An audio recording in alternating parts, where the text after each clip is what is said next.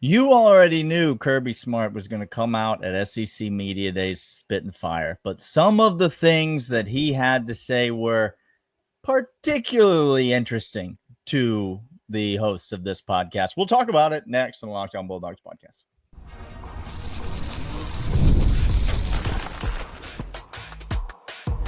You are Locked On Bulldogs, your daily podcast on the Georgia Bulldogs. Part of the Locked On Podcast Network, your team every day. Welcome back, everybody. This is Locked On Bulldogs, part of Locked On Podcast Network, your team every day. Thanks for the first-time listeners who are here with us. Thanks for the everydayers and the first listeners who get down to business right off the bat. We appreciate you guys so very much. Today, we have questions. Is Kirby Smart a better coach today than he was at any other point in his career? It looks like he's on point, if I could just go ahead and tell you something. Secondly, the most talented quarterback in the entire nation is not even an all SEC preseason anything, according to some people. And this just in, Gunnar Stockton acts like he's 40, but looks like he's 40. Looks like he's 40, might actually have the wisdom of a 40-year-old too, which is what we need. Yeah. But we begin with these questions that we do during the offseason, which, by the way, Daniel, 34 days? Is that how many days we got left? 34? We are just a handful of weeks, a hair's breadth of weeks away from this college football season. Week 0 is right around the corner. Georgia opens. Yeah, Monarch Money, our friends over at Monarch Money, bringing you today's episode. But, Clint, we're getting ever so closer. And you know what that means? That means that as the offseason continues to progress, we've got things like we're going to do a roundtable episode. We might have some friends on, bring on some friends, do a little roundtable storylines for the season that we're looking for. We're going to do some final position group by position group previews as we get closer to the season. We're going to do, Clint, a season win total locks. You ever hear about it? Yeah, we're gonna do some season win total locks coming up as we get closer to week 0. All of that, but the main thing is that your Georgia Bulldogs are about to take the field, which means all this offseason nonsense. We've been talking a lot about disrespect. We've been talking a lot about blah blah blah. The preseason rankings, all these things. It's all going away because you put the pads on, you get out there on the field, and you either take care of business or you don't. And we shall see what happens with this 2025 squad. Let's talk about SEC Media Days, though. Some interesting things to take note of. And I'm going to start with Kirby, as you mentioned. The narrative remains consistent for Kirby, and I want to extrapolate some conclusions from what we say. I'm not wearing my Fluent in Kirbanese shirt, but I am fluent in Kirbanese. I have been awarded an honorary degree in the subject matter and am among the foremost experts.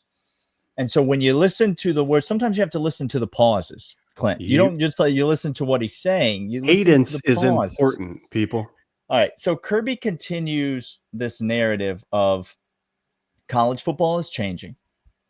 And one of the things that is changing about college football is there is beginning to become an increase. The more money that you put into a thing, which Kirby's not anti-money, he's always been pro-money. Very pro. The more money that you put into the thing, the more you're going to find that you have people who are there simply because of the money. And then you have people who are there because of their love for the game, their desire to get better. He referenced many players back to Dante Hightower, Mark Ingram that he coached or was a part of teams with, to Roquan Smith and George Pickens, and that he was a part of teams with, guys that were driven by the desire for one thing, and that one thing was to get better, to progress in their careers. They weren't content with where they were.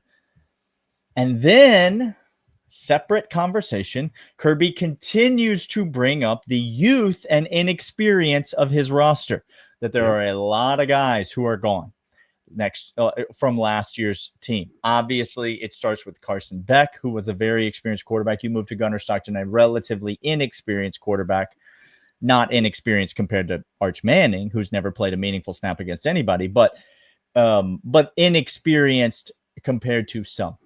Certainly compared to Carson Beck. You look at the offensive line, experienced guys like Tate Ratledge leaving the program, Jared Wilson leaving the program, and inexperienced guys coming in to fill those roles. You look on the defensive side of the ball. You got inexperienced guys stepping in at several different positions, whether they be transfers, guys that are new to Georgia, new to SEC football, or whether they be young players, true freshmen, or even guys that just haven't seen the field a lot for Georgia, underclassmen. Georgia's got a team that's full of inexperienced guys. And then a little bit here over SEC Media Day. This is the point that I want to get to, Clint.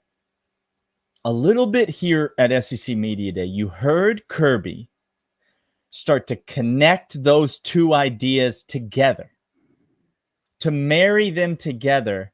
He didn't come out and say this, but all like as if to make the point, an inexperienced guy in today's college football is not the worst thing in the world, because sometimes that young pup who hasn't ever been handed anything on a silver platter, who hasn't been handed a very expensive sports car, for example.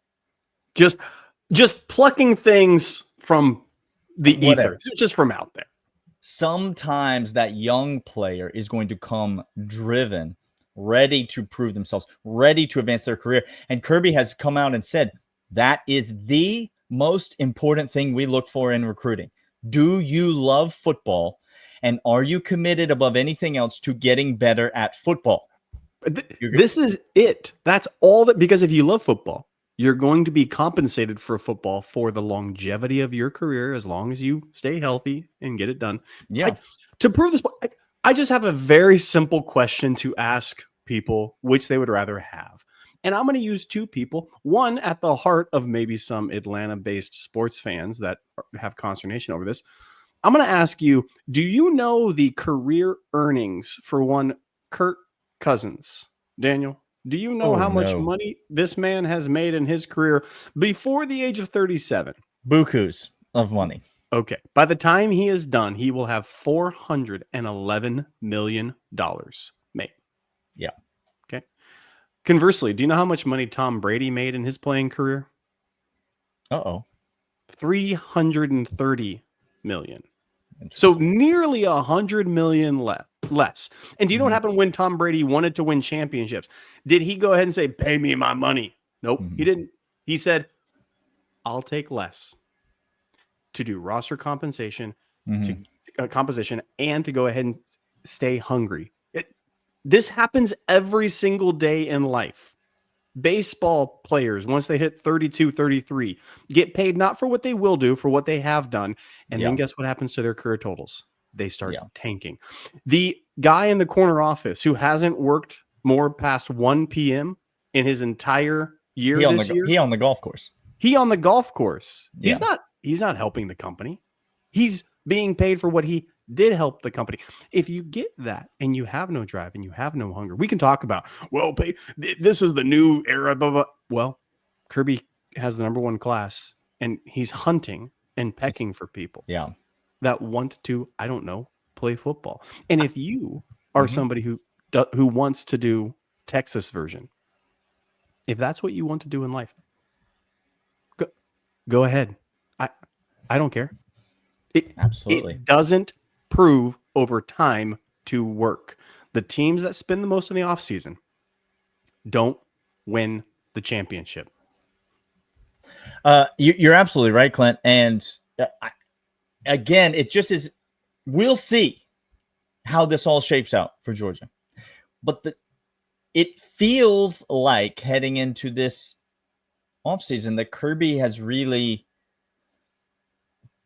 got one value over all the values. And that is, I want you to be like me. And like me is, I care about winning and being better more than anything else. He talked about his own contract. Did he not at SEC Media Days, Daniel? Yeah. And so it feels like, at least according to Kirby, who, I mean, what would he know?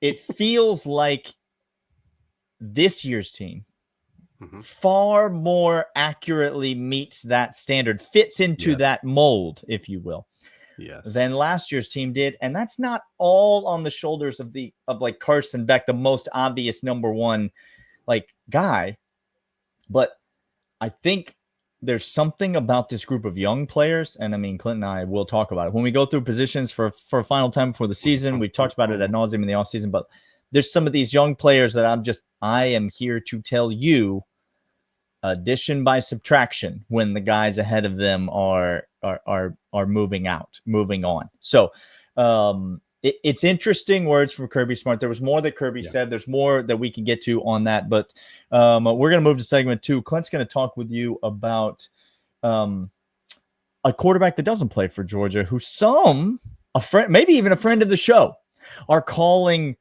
the best quarterback in the country. And then I'm going to come back and talk to you about Gunnar Stockton, who is, quote, not a good quarterback. Gosh. End quote, dash Paul Feinbaum. That's what we're going to talk about in the third segment. But first, want to let you know about these. And these are, in fact, Monarch Money. It's more than just a budgeting app. Monarch Money helps manage money easier, not just as, hey, let's get things in categories, but rather build wealth and get to goals. It's like having your own personal CFO. It's much more than that. It's a complete financial command center. You track your own accounts, investments, spending in one place. In addition to managing your money, you also are actually building wealth. One of the goals that you have maybe with kids is go ahead and let's figure out how to get them out of the house and on to college and on to life. Well, guess what? Monarch Money helps you accomplish that. Getting that goal, setting it right, getting everything in order. Take control of your finances, Monarch Money. Use promo code LOCKEDONCollege at monarchmoney.com. 50% off your first year.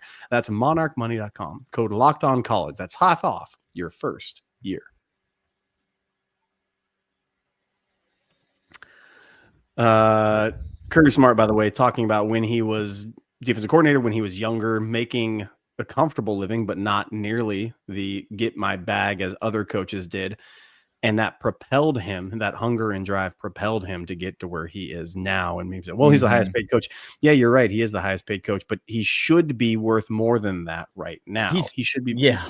It's a bargain what we get for what he produces. Just so he's being paid less per championship won than almost any coach in college football, maybe than any coach in college football. Like, he's only won 2 championships in his 10 years of being 9 years of being a head coach, only 2. But what he's being paid per championship won, considering that most of the highest paid coaches in college football have won 0 championships and some have won 1. Right. He's being paid a heck of a lot less per championship than Ryan Day is. So there's oh boy. And Kalen DeBoer has to split his earnings and accolades with the actual coach of Alabama. He's being paid more per championship than Kalen DeBoer is per college football playoff appearance, and that was at Washington. So just so we're clear. Okay. Look, Fredo got taken out to the boat and he got unceremoniously dumped into the lake because he crossed somebody. He went against the family. He went against the family. Now, I know Brooks Austin, y'all, he family. Okay, he family. We're going to take people are defend Brooks Austin, which kudos to you, Brooks, because you built a community and we love people. Brooks. You say anything about Brooks Austin, you are immediately going to get 9 comments from people being we're the Fredo now in this analogy. How dare you? We're the Fredo. Brooks Austin is fantastic. We had him on a couple weeks ago.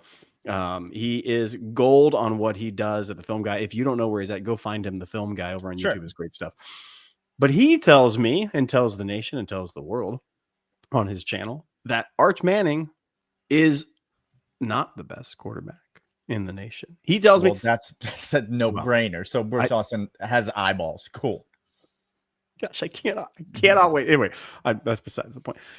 Seller is not the best quarterback in the nation, but he's up there. He likes his game more than he does most, which I think people are sleeping on Lenore Sellers. I think he is going to be first or second team all SEC quarterback. I really like his game.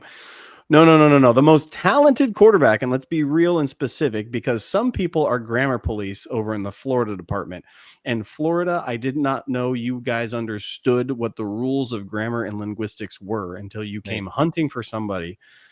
So let me be very specific. The most talented quarterback in the nation, according to Brooks Austin, is one DJ Lagway. Now, Daniel, he did not say the best.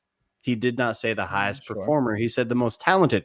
And this leads me to a very interesting question that we've been saying on this podcast for so long. Okay. One, let's start. Do you agree? Do you think that Brooks is right? The most talented quarterback in the nation is DJ Lagway. Would you agree with that? I think there is a chance that is true. I do too. I do think that there is a chance that is true. Let me tell you who I know it's not. Nico Iamaleava, who I was told going into last season was the best freshman quarterback in the country. And yet, yeah, whatever. Interesting. See, do you see? So when people say the most talented, it's on film, Anthony Richardson, insanely talented. Well, is he? Because a guy that can swing in the cage. He does have a talent. He has a talent. Right. Is that talent contributing to winning football games? That's my question. That's interesting. See, guys, there are lots of talents. Like I can juggle.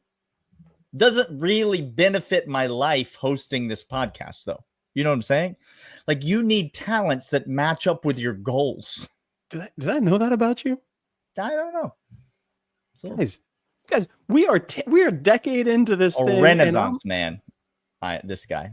Like, I got plenty of hidden talents. DJ Lagway could be the most talented. Sure. He certainly has size, speed, strength combo. That's there. Yeah. I'm not doubting that. You look at me like, that guy make all the throws. Sure. Yeah. Except when you get on the field. He's a real Carson Beck in that way. People want to talk about talent and talk about best quarterback. I don't care. And I need you guys to get this. And Brooks made some good caveats, and he was able to kind of wrap things up and say, yes, talent-wise, it's yet to be seen if he could perform on the field. But I'm telling you, in a vacuum, this guy is the most talented, which I don't know if I disagree with necessarily. I think Sellers might be up there for me. But talent also comes to simply the skill of performing when you need to. Like, I know it's the difference between gym buff in the gymnasium, the weights, and actual strength. And I thought for a second you had mispronounced Jimbo Fisher. We were talking No. Who, by the way, still being paid by Florida State, still being paid handsomely. By Florida State. And then there's actual strength. And you can say, well, I want Jim Strong. No, you don't. Because those guys, when they actually come to performing tasks in the real world, can't do anything. Lifting a specific type of way to enunciate a look of a body part, yes, they can do that. Actual skill in the real world of moving things and can't do it. That's, to me, what DJ Lagway is. Now, there are some guys who look very strong and are very strong. Some athletes that do that. Okay, great. I don't know if he's the most talented. He's certainly not the best. And Florida fans, stop beating your chest. And this is Georgia. Georgia, don't go. You're a Tennessee fan from last year, Florida fan. Like, that's exactly who you are. Don't literally pipe down. But you haven't had anything to talk about for, almost 2 decades. So, I get it. But but Steve Spurrier that one time, Steve Spurrier, he was just great. Georgia fan, don't fall into the trap either of wanting talent. I want talented guys. Trust me. And Kirby does too. Number 1 class. I want performance guys. Yeah. And therein lies the difference. You will never hear us beating our chest over a guy who can throw 65 yards, but in a game has a 40% completion rate and throws 2 interceptions. You will never hear us talking about, because this just in, we had that guy last year. Right. He can throw it from his knees to the end zone. He can hit the roof of the building. Like, it didn't mean anything. Yeah. It's a Florida fan. Winning is not a QB stat, Clint. So therefore Stetson Bennett not eligible to be because the only thing he could do was, the only thing that matters in football. Literally. So I guess that's fine. That's like, fine for you. I don't like it. Whatever. Congratulations. Most Yes. talented team in the nation. Hang Alabama, the the last banner. 3 Hang years. the banner. Yeah. The last 3 years, the most talented team composition wise, cannot be refuted. Sure. Gets blown out during a day game, bowl game. Sure. We're going to come back with this. Daniel's going to have one more thing to talk about Gunnar Stockton. How old is this man really? I want to see a birth certificate. But first, these.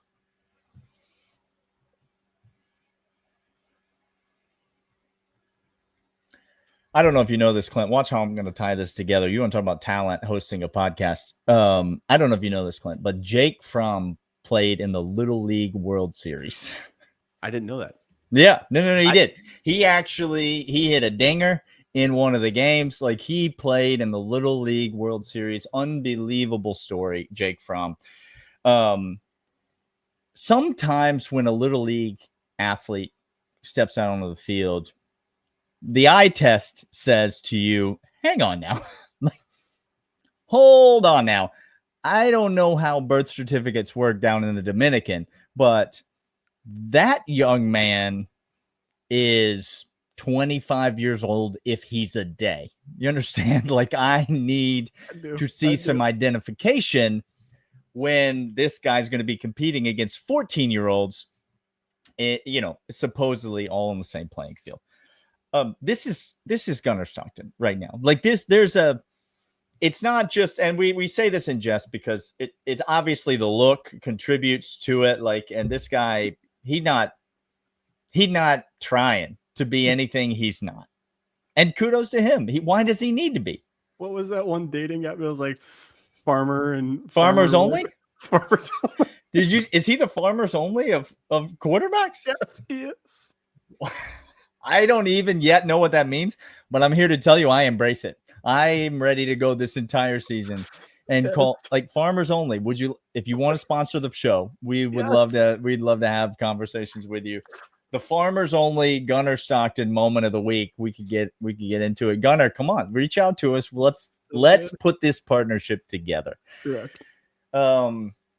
Gunnar Stockton obviously makes the trip to SEC Media Days, and I've been told, Clint, you've been on a little bit of a vacation the last couple of episodes, but I've been told by Texas fans, specifically who's in the comment section, he's here, he's excited about where he's at with his program. Should be. I've been told by several people that it's overblown. The disrespect for Georgia this offseason, it's not even there. It doesn't even exist. And then I've been told by other people, Clint, that Georgia's being rightfully disrespected because they're not any good. They're no good. Which, do you see how those two things are completely incompatible? And yet, those are the two narratives that are by the same people. It's being told by the same people. Like, it's coming out of both sides of their mouth. Gunnar Stockton not only is perpetually ranked in the bottom third of SEC quarterback rankings. Show me a ranking where he's not in the bottom half.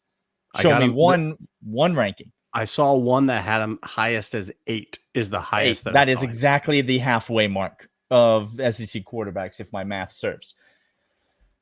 Paul Feibaum, who is notoriously a large idiot who preys on your desire to listen to the clickbait stuff that he says. If I may, he preys on unemployed Alabama residents. I'm sorry. I thought we said the same thing. Two things can be true at the same time. Correct. He says Kirby Smart needs to bounce back. There's that Georgia narrative again. Kirby Smart needs to bounce back from a number 2 overall seed in SEC championship. Okay. Now, does Georgia need to improve from last year's team? You and I both believe absolutely they do, 100%. Without question. Kirby needs to bounce back. Kirby needs to rebuild. Kirby needs to right the ship. Okay. Let's calm down from SEC championship and number 2 overall seed in the college football playoff. Unceremonious exit to Notre Dame, a team that competed for the national championship. But whatever. Gunnar Stockton says Kirby. Paul Feibaum, says Kirby needs to bounce back, and I'm not sure he's going to be able to do that because, quote, Gunnar Stockton is not a good quarterback. He is serviceable. Not a good quarterback. So just so we're clear, there's no disrespect to Gunnar Stockton in the national media. No. Gunnar Stockton is not a good quarterback, according to Paul Feinbaum, prominent member of the national media. Gunnar Stockton's obviously asked about this at SEC Media Days, and he doesn't. Here's the lead story, Clint. He doesn't say, "I didn't hear that. I don't care. I'll let my play do the talking." He doesn't say that. No, he does not. That's the Kirby answer. You understand? Like, that's the, I'm not interested in having conversations about what people say. I'll just like, we're on to Cincinnati. He doesn't say that. Instead, what he says is, well, I'm not big on social media, but I did hear my head coach come out and defend me when that came out. And that felt nice. Felt nice to know that my head coach has a different opinion than Paul Feinbaum. And then went on to say, quote, the biggest thing for me that I'm focused on is not letting my teammates down. Like, I'm interested in playing football. Yeah. It got a little warmer in the room. Oh, man, I'm feeling it. Woo. I'm interested in going out and playing football in order to not let my teammates down, not in order to prove wrong a guy who literally his only football experience is talking about it for a long time. Like, that's it. That's the only qualification that he has. So Gunnar Stockton, again, skirting this line of, I'll just say this.